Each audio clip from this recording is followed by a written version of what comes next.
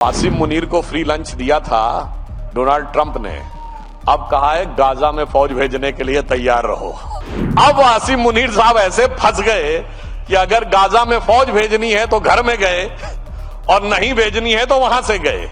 आजकल बहुत सारा जेनजी की बात होती है और यह माना जाता है कि जेनजी सोशल मीडिया से बहुत प्रभावित होती है।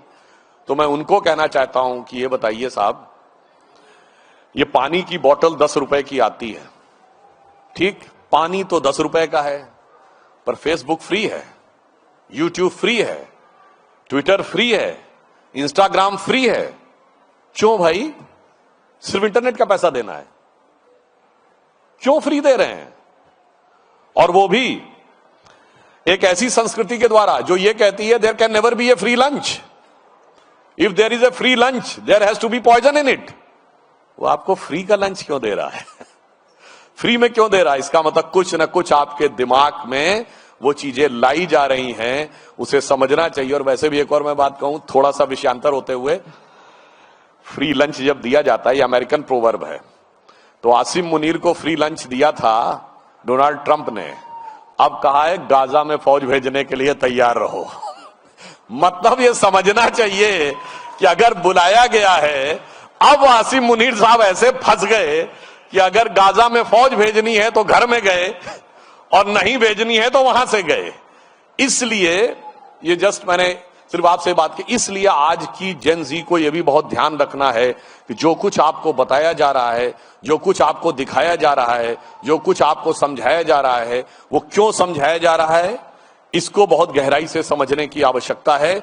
आपके ब्रेन्स को कैप्चर करके एक पर्टिकुलर दिशा में ले जाने के लिए, और उस दिशा से यदि बचना है तो माननीय प्रधानमंत्री जी ने कहा है कि ये अमृत काल है 2047 तक, और इस अमृत काल में हमें न सिर्फ भारत को विकसित राष्ट्र बनाना बल्कि गुलामी की मानसिकता के हर प्रभाव से मुक्त करना है।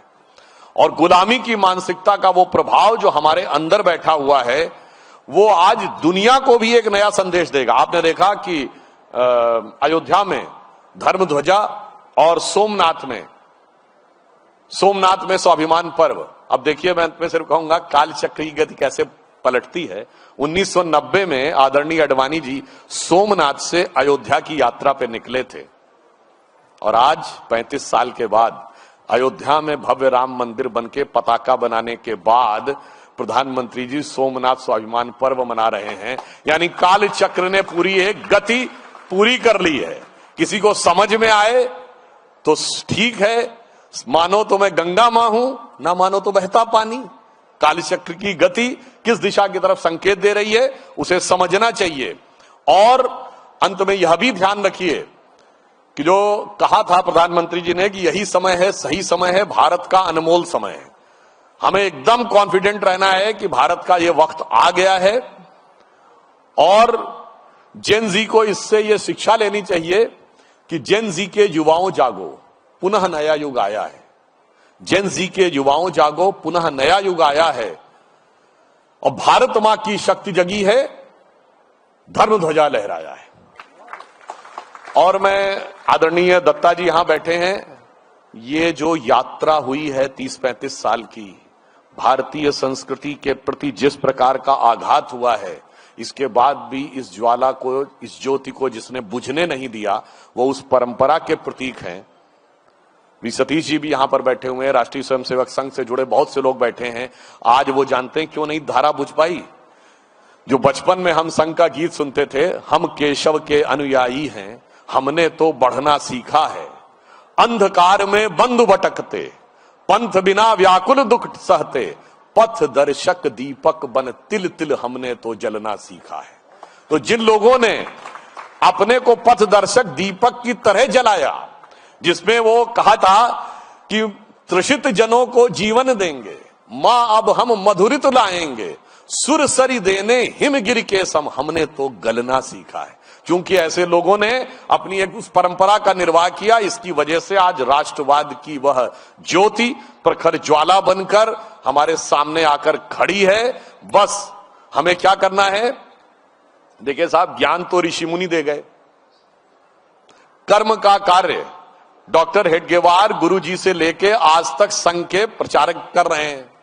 अब बस उस कार्य की उपासना हमें करनी है। तब ज्ञान, कर्म और उपासना तीनों की त्रिवेणी से भारत मां की यह शक्ति पुनर्जागृत होगी। और आज एक और बिंदु कह देता हूं समाप्त करने से पहले, दुनिया में लड़ाई हो रही है, रशिया यूक्रेन की लड़ाई है, अमेरिका का वेनेजुएला के ऊपर, तो Iran, China Taiwan, America Iran, Cambodia Thailand सब लड़ रहे हैं। किस चीज के लिए? या तो कब्जा कर लो, एनेक्सेशन, या सब्जुगेशन, या डोमिनेशन। मगर भारत में भगवान राम ने जब लंका जीता तो एनेक्सेशन नहीं किया, अपने राज्य में नहीं मिलाया, ना अपना कोई डेप्यूटी बैठाला, ना सब्जुगेशन किया, ना डोमिनेशन किया। पीसफुल कोएग्जिस्टेंस कैसे हो सकता है वो हमने दिखाया।